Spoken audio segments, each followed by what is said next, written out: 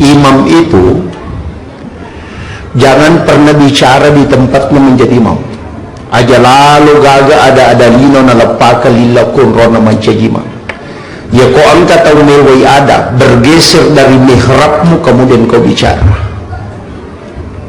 Maka supaya mihrabmu itu sakral dan dia bisa tembus ketika engkau bermunajat.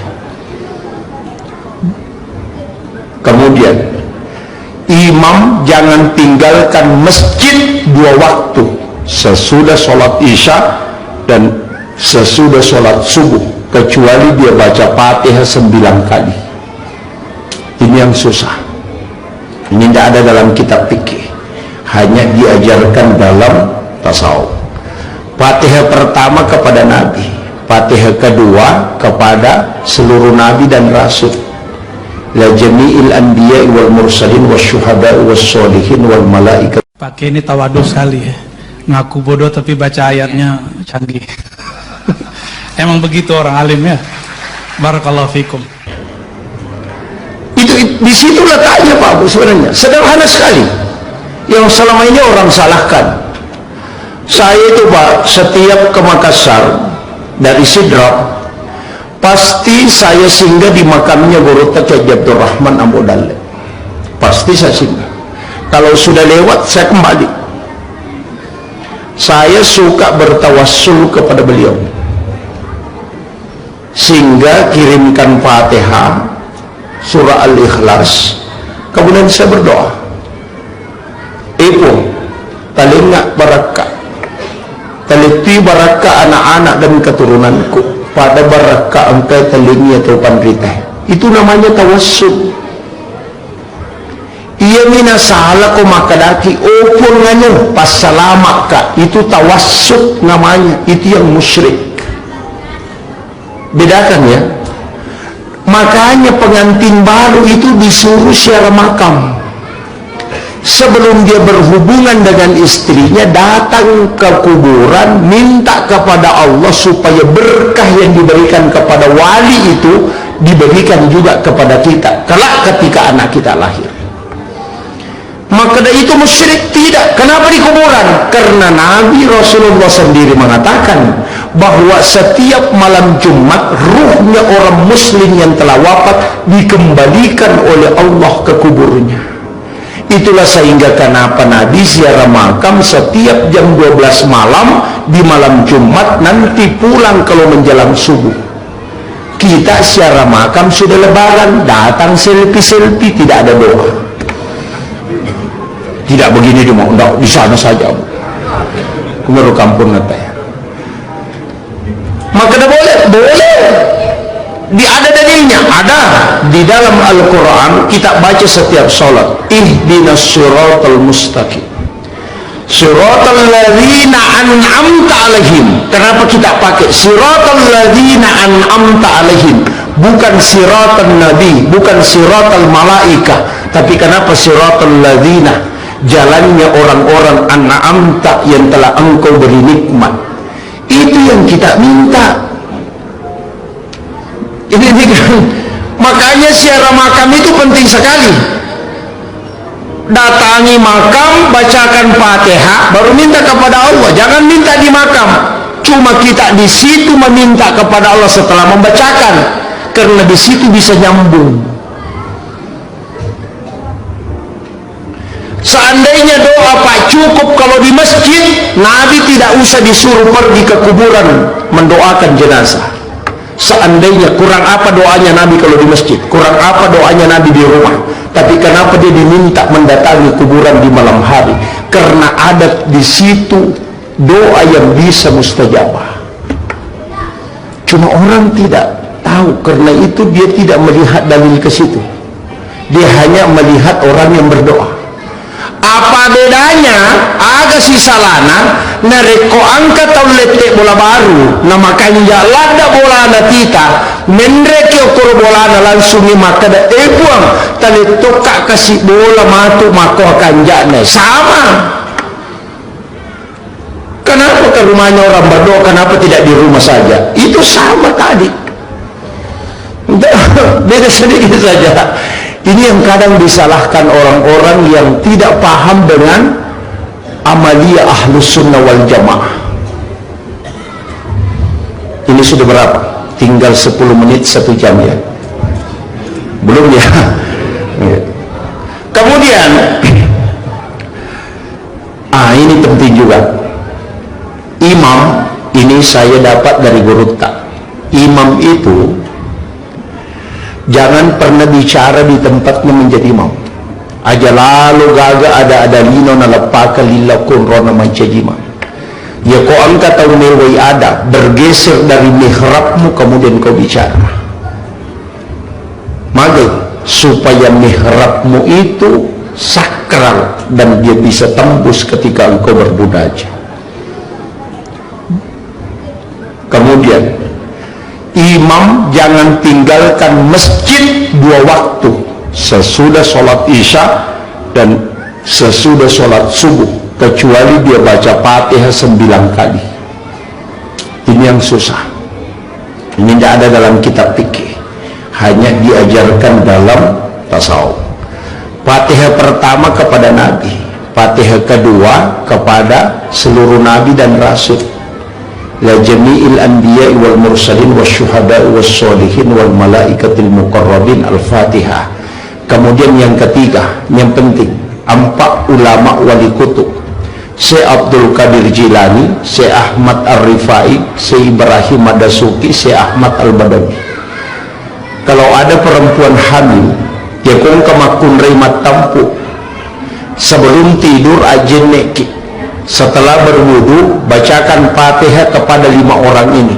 Yang pertama Nabi Tak, yang kedua Syekh Abdul Qadir Al-Jilani, baru Syekh Ahmad Ar-Rifai, baru Syekh Ibrahim Ad-Dasuki, baru Syekh Ahmad Al-Badawi. Napata kerawat tamputa, pegang anak kita itu di bagian luar, usap, baru berdoa, ipo talingi barakka iya nana angke utampu pada barakka angke talingi taupan rita epai. Kemudian tidur, maka dia gurut tak ia kumulip pananungan igang kajaji bijam mancaji taupan rita mati itu kajaji. Itulah yang dilakukan ulama kita dulu. Tapi ini sebenarnya ilmu rahasia, tidak apa-apa saya buka. Dulu orang tak bawa kain putih baru bisa terima ini. Tidak apa-apa.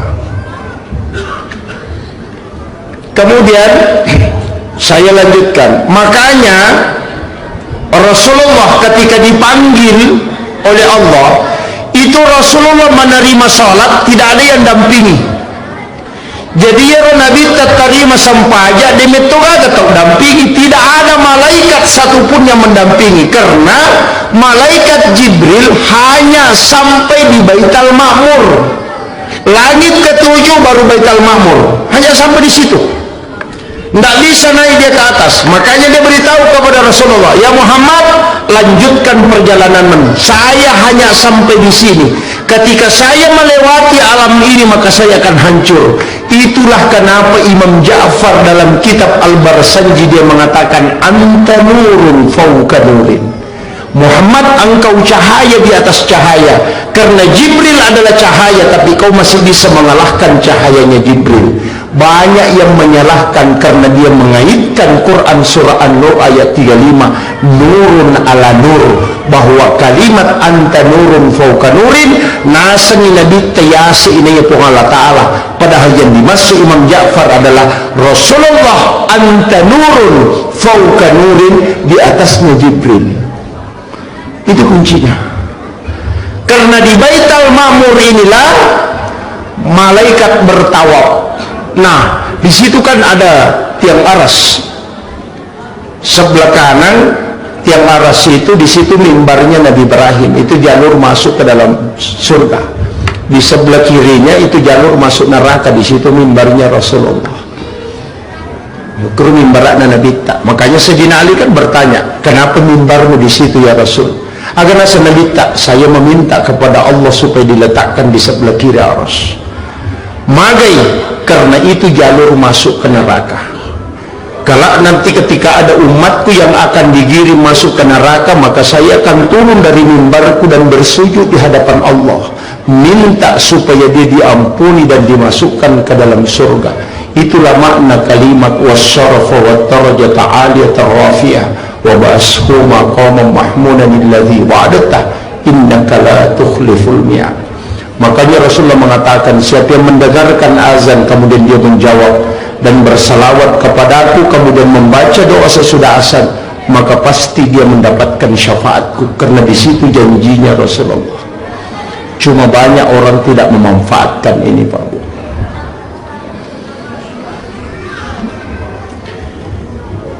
Makanya ketika Rasulullah naik ke atas di Sidratil Muntaha, saya kemarin mendengarkan ceramahnya Profesor Dr. Syekh Ali Jum'ah.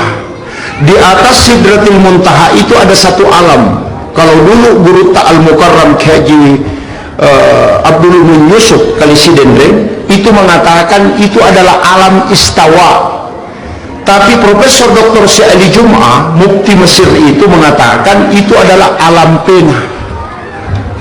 Alam pena itu kalau kita alam memori handphone itu di situ semua isi yang ada di dunia. Maka orang yang berbolak-balik ke alam pena itu bisa mengetahui peristiwa yang jauh sebelum terjadi. Kenapa? Karena di situ kuncinya. Ada ulama yang dibukakan tirai itu. Namanya Qasyaf. Banyak, tapi saya tidak bahas di sini. Makanya ketika Rasulullah naik di situ, apa yang dia ucapkan? At-tahiyyatul mubarakatuh salawatut thayyibatu lillah. Itu salamnya Nabi kepada Allah. Langsung Allah jawab, assalamu alayka ayyuhan nabiyyu wa rahmatullahi wa barakatuh. Rasulullah mengatakan assalamu alayna wa ala ibadillahi sholihin. Itu kuncinya. Tapalaisa nililala palang tapasidililala peringerang. At-tahiyyatul mubarakatuh salawatut thayyibatu lillah. Singgah, jangan dilanjut. Ada sakta di situ karena itu kalamur Rasul. Assalamu alayka ayyuhan nabiyyu wa rahmatullahi wa barakatuh, itu kalamullah. Jangan disatukan kalam Allah dengan kalam Rasul, makanya ada sakta di tengahnya. Palaisa ngirila palangnya pasti diri peringerangi. Makanya assalamu alaina Nabi taruh wa ala diikutkanlah kita ibadillahi sholihin. Ia tunasab patareka edua tamasyarat talu tamalaisa. Ini kuncinya, Pak. Kemudian setelah itu Nabi turun. Kan yang syahadat itu Rasulullah, yang salawat malaikat. Malaikat cuma mengatakan Allahumma sholli ala Muhammad wa ala Muhammad, tidak pakai sayyidina. Makanya yang sholat pakai Allahumma sholli ala Muhammad wa ala Muhammad itu yang benar. Kalau dia baca Allahumma sholli ala Sayyidina Muhammad wa ala Sayyidina Muhammad, itu tidak salah. Bedanya apa? Allahumma sholli ala Muhammad itulah yang ada di teks hadis. Allahumma sholli ala Sayyidina Muhammad itu yang mapakia dalori Nabi tak. Saya mengambil analogi sederhana. Kalau saya minta air minum satu gelas, orang kasih naik satu gelas air minum dia letakkan di sini, maka itu melaksanakan perintah. Tapi kalau dia ambil satu gelas air kemudian dia mengambil sedikit mangkok kecil, baru dia letakkan di bawahnya, baru dia angkat, maka itu mapakiada. Allahumma sholli ala Muhammad melaksanakan perintah, Allahumma sholli ala Sayyidina Muhammad mapakiada illori nabita. Sedikit saja bedanya. Di situ kuncinya, Pak. Cuma kadang orang menganggap ini bid'ah karena dia tidak paham. Kemudian setelah itu malaikat bersalawat Allahumma sholli ala Muhammad wa ala Muhammad. Turunlah Rasulullah. Ketemu Jibril kembali, diantar turun ketemu dengan Nabiullah Ibrahim alaihissalam di langit ketujuh. Nabi yang paling tinggi tempatnya, Pak, itu Nabi Ibrahim. Langsung ditanya, agama poliam. Coba, Pak, manusia itu kung kata Allah Malaysia nang karewa agama poliam milo manusia. angkat talo umrah agana pulang cerek kristal begitu. Ada orang dari Sidrap ke Pasar Butung agana pulang daster gitu. Jadi tidak pernah ditanya Rasulullah sama Nabi, dia tidak bertanya apa yang kau lihat, maka Nabi agamu pulang. Makanya sholat adalah oleh-oleh Isra Mi'raj, karena maka Nabi agamu pulang, maka Nabi tersempaja. Padahal tujuan Isra Mi'raj bukan itu.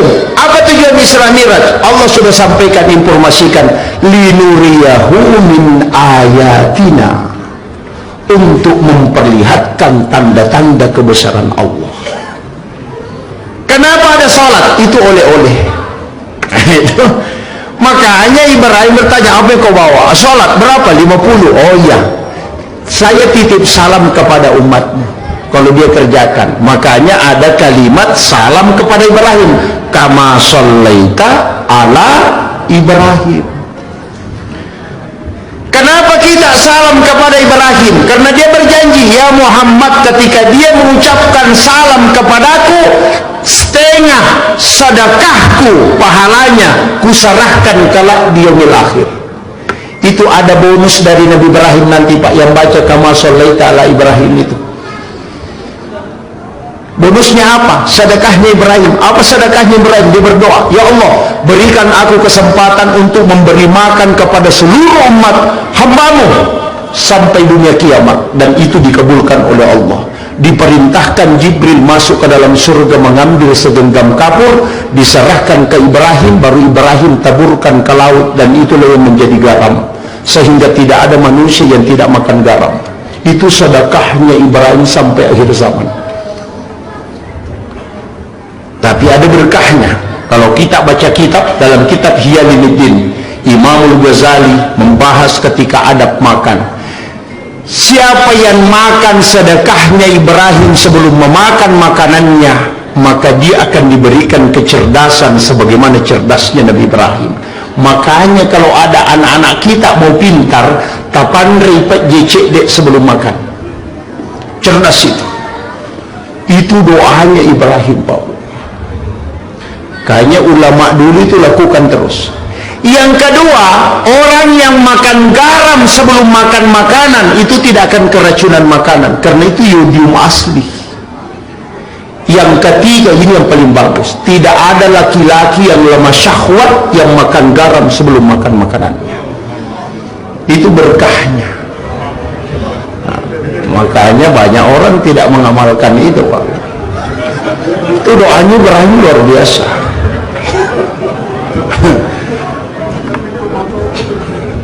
Kemudian turun dia ke bawah, ketemulah dia dengan Nabi Musa. Nabi Musa lagi bertanya, apa yang kau bawa Muhammad? Rasul hanya mengatakan sholat. Berapa? 50. Wah, tunggu dulu, banyak itu.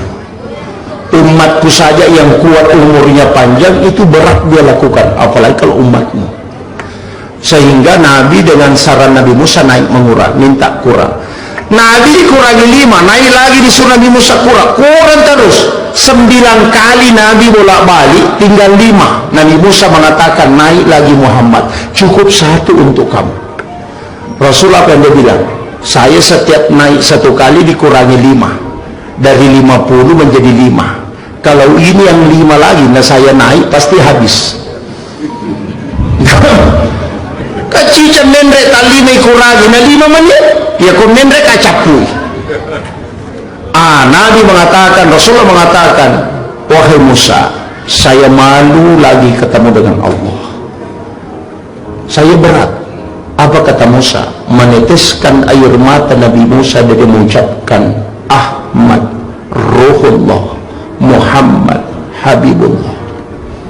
Siapa yang membaca kalimat ini ketika khatib duduk di atas mimbar untuk mengambil khutbah kedua, dia meletakkan tangan kanannya di dada sebelah kiri, dia menutup matanya, kemudian membaca Ahmad Ruhullah Muhammad Habibullah, maka orang ini kala akan dikenali langsung oleh Rasulullah di yaumil akhir.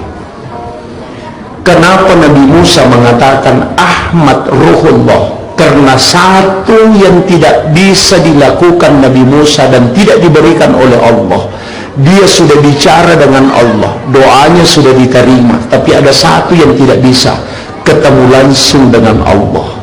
Hanya Rasulullah yang bisa ketemu langsung. Ketika turun Nabi ketemu Nabi Musa, nurnya Allah ada di wajahnya Rasulullah, sehingga Musa mengatakan Ahmad Ruhullah. Artinya di dalam nurnya Rasulullah saya melihat wajah Allah. Itulah yang membuat Nabi Musa menyuruh Nabi bolak-balik sampai 9 kali, karena dia ingin menikmati wajah Allah di wajahnya Rasulullah. Itu hanya alasannya Nabi Musa.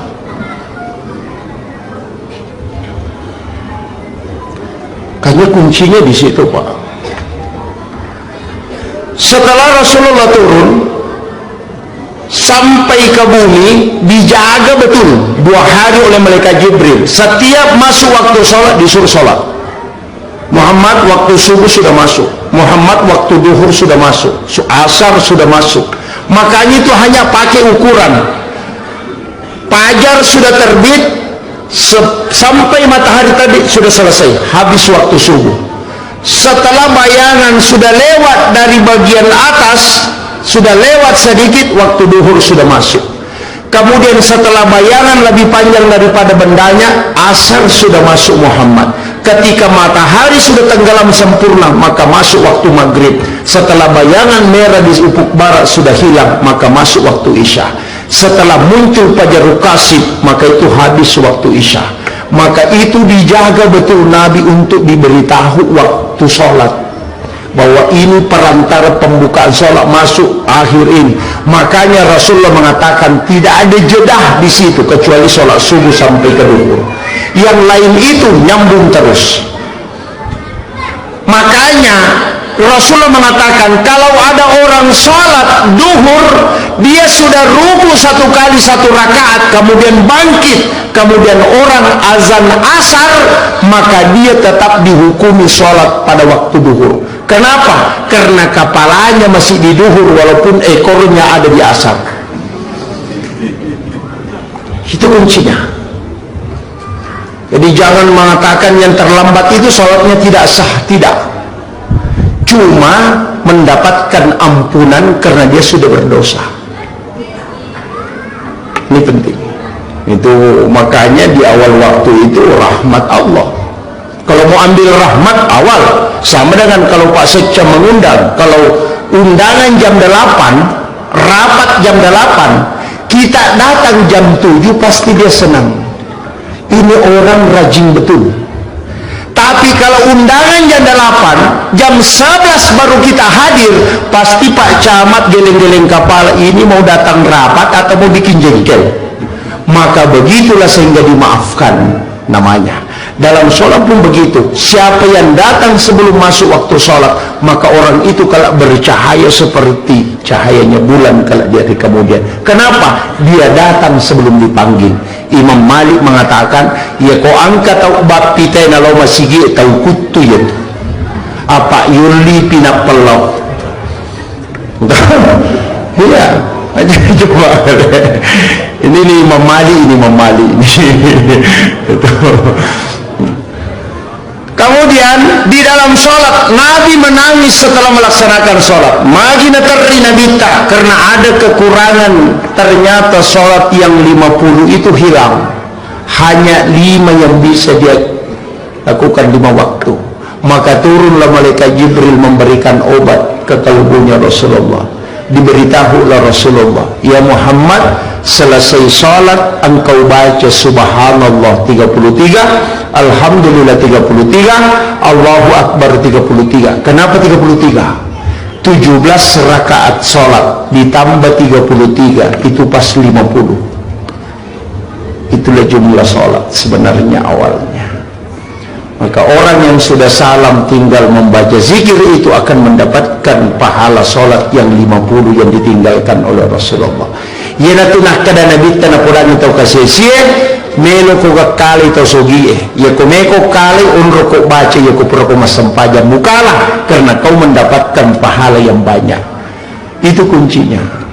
Tapi angka tahu pak, kamu pipa bangin lupa tama, purana mak beresan lagi mangin lupa nama masuk. Mangulusan dua memang disandalanya. Anak macori beli sih itu. Nah, ini jadi masalah. Kita sudah sholat assalamualaikum warahmatullah, jangan pakai wabarakatuh. Assalamualaikum warahmatullah. Kenapa warahmatullah? Yang tambah wabarakatuh itu sholat jenazah. Selain sholat jenazah jangan pakai wabarakatuh. Kalau dari Muhammadiyah hasil tarjih, ke kanan pakai assalamualaikum warahmatullah, ke kiri pakai assalamualaikum warahmatullahi wabarakatuh. Dia pakai dua-duanya. Kalau kita di NU pakai hasil tarjih hadis itu mengatakan sholat jenazah Nabi lanjutkan salamnya sampai sempurna, tapi selain sholat jenazah Nabi tidak sempurnakan. Itu yang kita pakai. Kanya assalamualaikum warahmatullah, assalamualaikum warahmatullah. Kalau sholat jenazah, assalamualaikum warahmatullahi wabarakatuh. Saya pernah tanyakan ini Pak sama guru, kenapa pakai wabarakatuh kalau sholat jenazah? Assalamualaikum warahmatullah. Coba kau tidak bisa berdiri di bumi ini tenang kalau bukan malaikat rahmat yang menjagamu. Yang kedua, coba cari orang. Kalau ada orang hidup, ya kau nggak tahu tuh tidur di tengah tanah lapang. Anjing dari jauh sudah menggonggong karena ada malaikat yang memagari kita. Tapi ketika orang meninggal, dari jauh anjing itu tidak akan menggonggong, langsung dia menggigit ke situ. Kenapa? Karena malaikatnya sudah pergi. Dari situlah ada kalimat assalamualaikum warahmatullah dan assalamualaikum warahmatullahi wabarakatuh. Itu intinya Pak. Kemudian yang terakhir, ini sudah 1 jam Pak. Saya harus ke Sidrap, besok ada cara di Boneh. Jadi makanya saya atur jam 10 ya bisa insyaallah. Makanya ada satu bacaan dalam sholat itu berubah Pak. Setelah Nabi sholat dari Isra Mi'raj, semua gerakan pergantian cuma satu kalimatnya, Allahu Akbar. Tapi 1 tahun 3 bulan Nabi sholat dari peristiwa Isra Mi'raj itu berubah Allahu Akbar, ketika bangkit dari ruku berubah menjadi Sami Allahu liman hamidah, padahal awalnya Allahu Akbar. Kenapa bisa berubah? Itu berkat Sayyidina Ali karamallahu wajhah. Kenapa Sayyidina Ali disebut gelarnya karamallahu wajhah, yang dikeramatkan wajahnya oleh Allah? Karena satu-satunya sahabat Nabi yang tidak pernah melihat kemaluannya selama hidupnya hanya Sayyidina Ali, sehingga diberi gelar karamallahu wajah. Itu keistimewaan beliau.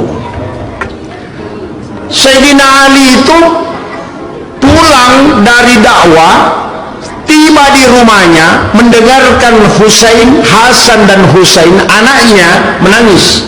Makanya dia tanya, kenapa anak tak magi anak tanah teri? Istrinya mengatakan, dari tadi pagi dia tidak makan. Kemudian Sayyidina Ali mengatakan, saya tidak punya uang. Istrinya mengatakan, ada uang 6 dirham. Inilah yang kita pakai untuk membelikan makanan untuk anak kita. Nalai Sayyidina Ali di 6 dirham, jalan kaki dia meninggalkan rumahnya menuju ke pasar untuk membeli roti. Tidak jauh dari rumahnya langsung ada orang peminta-minta. Langsung mengatakan, bantu aku, sudah 2 hari tidak makan. Sayyidina Ali mengatakan, ini yang lebih parah, anakku baru setengah hari, ini sudah 2 hari. Dia mengambil uang 2 dirham itu, dia masukkan untuk dia bantu. Kemudian melanjutkan perjalanan dengan membawa uang 4 dirham. Tiba di tengah perjalanan, kembali ada orang yang baring di atas pasir. Bantu aku anak muda. Sayyidina Ali mengatakan, kenapa? Bantu aku, saya sudah 5 hari tidak makan. Dia mengatakan, ini lebih parah. Dia mengambil 2 dirham kemudian dia sedekahi. Kemudian dia melanjutkan perjalanan. Di pintu pasar ketemulah dia orang tua, angka pas sapa dende okwalona, dia masukkan tali kambingnya di dalam lehernya, baru dia putar di tangannya, baru dia baring di dekat pintu pasar. Kenapa? Karena kambing yang dia mau jual dia sudah tidak bisa tahan. Dia mengatakan, si minggu ni nak dewandre naiya bembe ena cataralah. Sayyidina Ali mengatakan, kalau begitu jangan tinggalkan tempat. Di situ saya akan masuk ke pasar. Tamai Sayyidina Ali beli roti, baru dia suapi orang tua ini. Setiap dia suapi selesai satu potong roti, dia tanya, "Masoni gah nasa depa?" Dia suapi, "Iya to mana nama so capu to meni roti." Kenapa Sayyidina Ali bertanya? Karena dia berharap kalau ada sisanya nanti itulah yang untuk anakku kelak. Tapi ternyata tidak. Sayyidina Ali kemudian kembali dengan berbesar hati, kembali ke rumahnya, mengharap nanti di rumah neneknya saya akan mencarikan makanan. Ternyata rewel Sayyidina Ali beritahu, "Hei, ambil kambingku, saya minta kepadamu jualkan. Belu kagaya bendehe. Masabade na meterala ko ya balu. Coba gare ko yang kau jual." Maka Sayyidina Ali, "Kau mau jual berapa?" 40 dirham. Sehingga diambillah Sayyidina Ali, diantar pulang ke rumahnya. Istrinya bergembira, "Weh, binde tapular rajana na 6 dirham bita nasadena." Ya Robi etalenga saya sudah sedekahkan kepada orang yang lebih butuh daripada anak kita. Aga nasa benena. Itulah yang kita miliki kelak di hari kemudian. Coba kanjakna anak kita. Kapak ko beneta pa pajet. Sandala ilolo.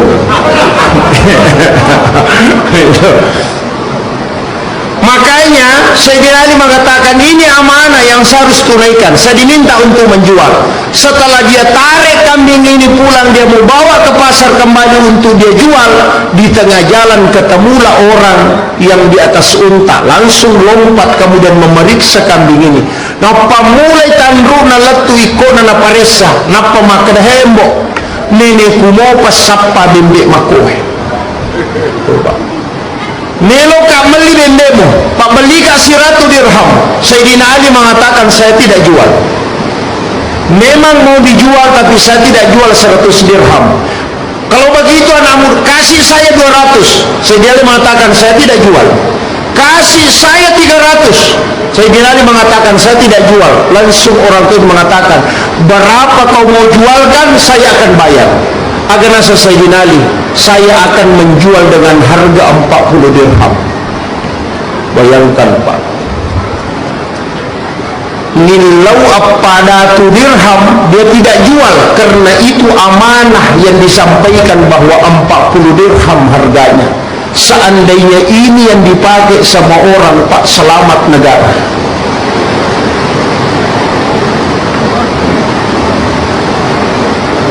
Kemudian orang itu mengatakan, ini ambil hitung uang. Dia hitunglah Sayyidina Ali, cukup 40. Dia mau pergi. Dia mengatakan, tunggu, saya berikan hadiah kepadamu dengan jumlah totalnya 600 dirham. Ambil itu. Itu hadiah kambing. Sayyidina Ali kembali mengambil itu, kemudian membawa ke orang tua ini tadi. Langsung dia ketemu, ini harga kambingmu sudah laku 40 dirham. Ini ada uang hadiah kambingmu, bukan milik saya. Ambil semuanya. Dia tidak ambil, karena ini hanya amanah yang diberikan kepadaku. Keuntungan apapun itu adalah miliknya. Itu Sayyidina Ali, Pak. Padahal dia butuh sekali. Kemudian Sayyidina Ali minta izin, saya harus pergi, amanahmu sudah saya tunaikan. Setelah Imam Ali berbalik, langsung dipegang pundaknya, tinggal sebentar, saya mau tanya, kau kenali saya atau tidak? Dia mengatakan tidak. Saya tanya, kau tahu orang yang di dekat rumahmu yang kau sedekahi 2 dirham? Dia mengatakan tidak. Yang di tengah jalan, yang tadi di tengah jalan yang minta 2 dirham, kau juga sedekahi? Kau kenali dia atau tidak? Agak Sayyidina Ali, tidak. Apa kata orang tua ini? Yang di dekat rumahmu tadi itu adalah saya. Yang di tengah jalan juga adalah saya. Yang beli kambing itu juga saya. Yang di sini juga saya. Langsung Sayyidina Ali mengatakan, siapa kau sebenarnya? Dia mengatakan, saya adalah malaikat Jibril yang diutus oleh Allah menguji keimananmu. Bayangkan. Sayyidina Ali itu meneteskan air mata karena dia melihat bayangan kepalanya sudah hampir masuk duhur. Sayyidina Ali mengatakan dalam hati, jangan sampai karena harta ini saya lalai tidak melihat wajahnya Rasulullah keluar dari kamarnya. Itu tangisannya Sayyidina Ali. Karena tempat duduknya Sayyidina Ali itu seperti persis di sebelah kanan Rasulullah. Kalau Rasul membuka pintu rumahnya untuk masuk ke masjid, ketemu langsung wajahnya Nabi dengan wajahnya Sayyidina Ali. Maka itu yang dirindukan setiap waktu sholat Sayyidina Ali, sehingga dia selalu di situ menunggu Rasulullah. Tapi pada waktu itu dia tidak mampu melihat wajah Rasulullah keluar, sehingga dia menangis, ya Allah, tidak ada nilainya harta sebesar ini kalau saya tidak melihat wajah Rasulmu keluar dari kamarnya. Bayangkan itu, Pak. Karena selama hidupnya Sayyidina Ali tidak pernah masbuk dalam sholatnya. Kemudian berjalanlah dia pulang, memberikan uang itu kepada istrinya. Kemudian dia berjalan ke masjid. Setelah Bilal azan, Rasulullah sudah keluar. Bilal mau iqamat, dia melihat tidak ada Sayyidina Ali. Makanya Rasulullah bertanya, kemana Sayyidina Ali? Sahabat mengatakan, kami tadi melihatnya Rasul, tapi tidak tahu kemana. Rasul mengatakan, jangan dulu iqamat, tunggu dia, baru Nabi kembali masuk. Inilah yang menjadi dasar bahwa nareko angka tahu tulian kabulma berejama nang kamu ke kampungnya dan tidak pernah alfa. Kalau dia belum hadir boleh ditunggu-tunggu sejenak. Kenapa? Mungkin ada urusan penting. Itulah yang dilakukan oleh Nabi kepada sahabatnya. Tapi setelah lama tidak muncul, maka Nabi mengatakan iqamat Bilal. Bilal qamat. Sayyidina Ali mendengarkan qamatnya Bilal karena suara Bilal itu 4 km, Pak. Dia dengarkan, meneteskan air mata, ya Allah, jangan sampai saya masbuk dalam sholat. Tidak ada nilainya harta yang kau berikan ini ketika saya masbuk dalam sholatku. Kemudian menangis dia, berjalan menuju ke masjid. Dia mempercepat langkahnya, baru dia mengingat wasiat Rasulullah.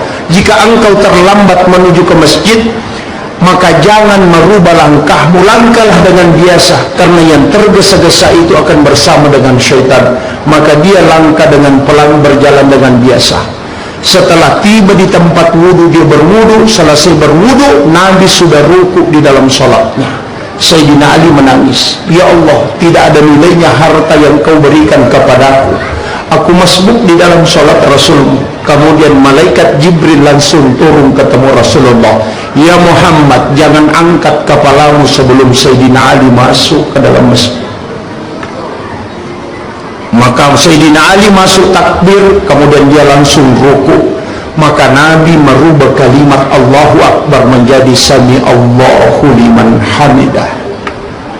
Allah sudah mendengarkan pujian itu kepadanya. Dan itulah peristiwa yang bisa merubah bacaan sholat karena sedekah. Itulah sehingga orang yang rajin bersedekah sebenarnya itu bisa menggoyang tiangnya aras, Bapak Ibu sekalian. Itu berkah besar.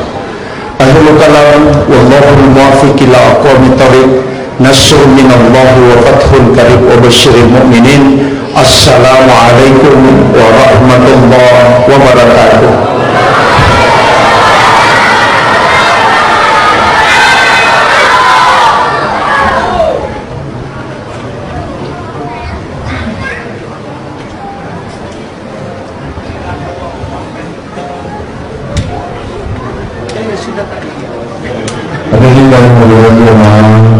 yang sama-sama berada yang sama-sama dengan Allah SWT.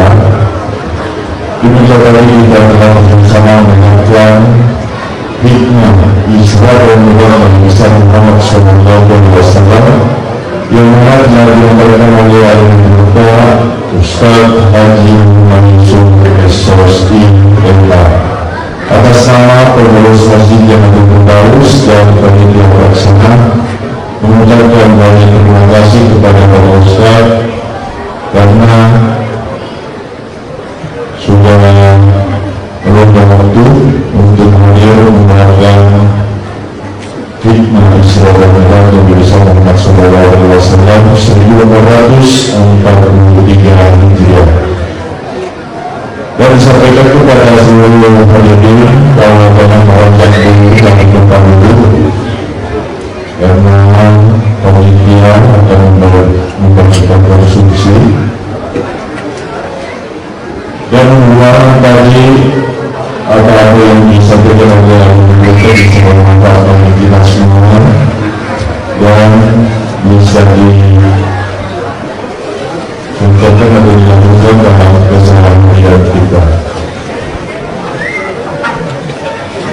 Baik para hadirin dan hadirat yang bersama dengan Allah SWT, kami atas nama pengurus masjid yang berpendarus dan panitia pelaksana mengucapkan banyak terima kasih atas kehadiran bapak-bapak dan ibu pada malam hari ini, dan kami mohon maaf yang sebesar-besarnya bila mana ada kesalahan atau kekurangan dalam pelaksanaan acara kita pada malam hari ini. Mohon maaf atas segala kekurangan. Wassalamualaikum warahmatullahi